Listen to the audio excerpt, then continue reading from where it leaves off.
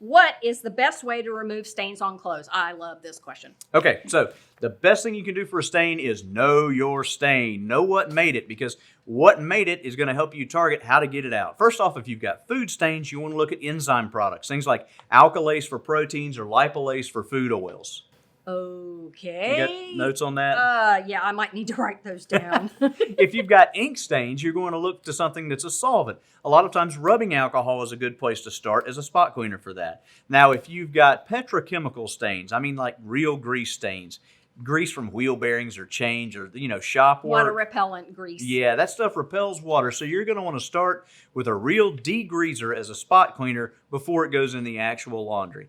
And last, we've got tannin stains. Now, tannins are things in coffee, in tea, and in red wine that give it the color. So if you've got these kind of stains, you want to look for something that's using active hydrogen peroxide. Those peroxides break down the molecules that actually have the color, and so if you've got no color molecules, you've got no stain. That's why you see hydrogen peroxide in the toothpaste. That's it. Absolutely. Cleans the stains off your teeth. Okay. Welcome